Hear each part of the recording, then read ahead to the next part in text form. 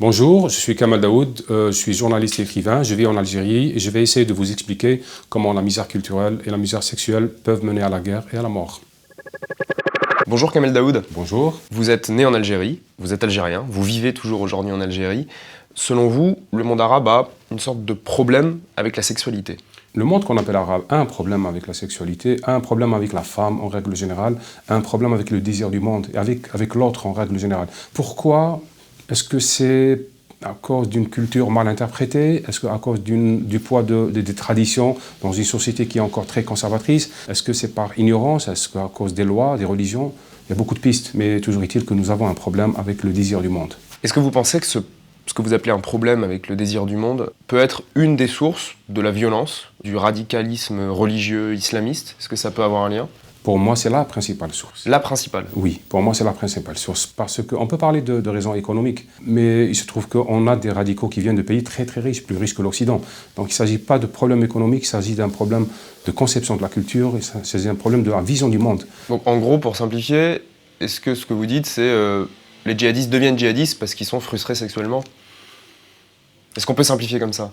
On peut, pour vraiment simplifier à l'extrême, oui, mais pas uniquement... C'est un peu réducteur peut-être. Exactement, mais ce n'est pas uniquement une frustration sexuelle au sens étroit du terme, c'est une frustration qui va au-delà. Il y a une misère sexuelle, certes, mais cette misère sexuelle induit une misère culturelle. Il n'y a pas de ballet, il n'y a pas de cinéma, il n'y a pas de piscine, il n'y a pas d'endroit où on peut embrasser l'être qu'on aime, lui tenir la main. Il y a des lois qui vous interdisent. Donc c'est une misère sexuelle qui se traduit par une misère culturelle, qui se traduit par une misère de la religieuse. Est-ce que ce problème du sexe avec la religion, enfin, du fait que la religion essaye de cacher le sexe, elle est spécifique au monde arabe? Je n'ai jamais dit que c'est spécifique au monde arabe, j'ai dit que c'est le monde où je vis. Et donc je parle des problèmes que je subis.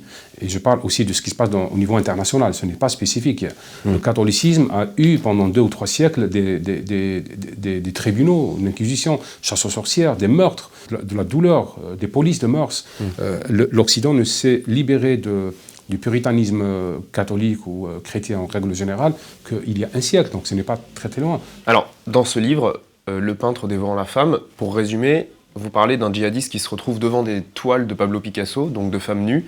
On ne va pas raconter la fin, mais comment il évolue dans ce livre, le djihadiste, au fur et à mesure de son parcours dans le musée Picasso? À la fin, je pense qu'on revient à la question fondamentale. Qu'est-ce qui peut le sauver? C'est ça la véritable question. La véritable question, c'est quel est le salut possible pour cet homme-là? Comment on peut le guérir? Et moi, je pense que l'art, la culture peuvent guérir. Je peux vous donner une preuve qui est là. C'est que tous les fascismes, tous les nazismes, tous les régimes durs commencent par détruire la culture.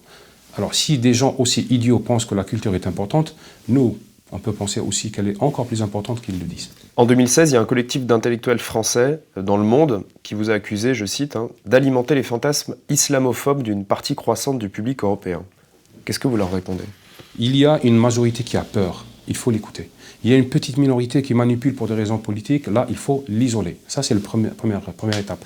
La deuxième des choses, il ne faut pas que ce verdict d'islamophobie empêche de penser l'islam, de penser cette religion. Alors, cette religion, elle n'est la propriété de personne. Qui est propriétaire de l'islam? Personne. Donc vous, moi, des gens dans cette pièce ou ailleurs ont le droit de réfléchir à cette religion, de l'interroger sans être taxés d'islamophobe. Il ne faut pas que ça devienne un tribunal contre les personnes qui essaient de penser cette religion. La troisième réponse, c'est que moi, je vis dans ce monde-là.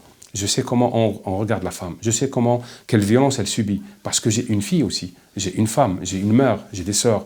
Et je vis dans un monde où les libertés se rétrécissent. Le choix de la longueur d'une jupe à Paris par une jeune fille n'a pas le même sens que le choix d'une jupe portée par une Iranienne.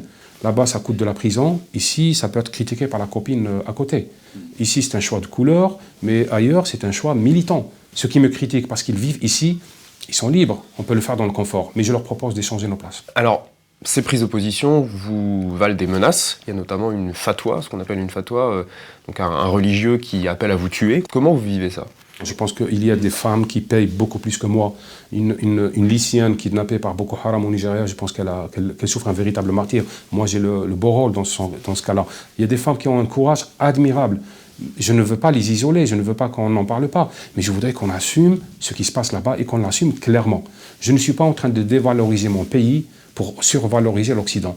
Mais il se trouve que l'Occident, c'est le lieu où on peut embrasser sa copine dans la rue, en plein soleil. Et là où je vis, si vous faites ça, vous tombez sous le coup de la loi.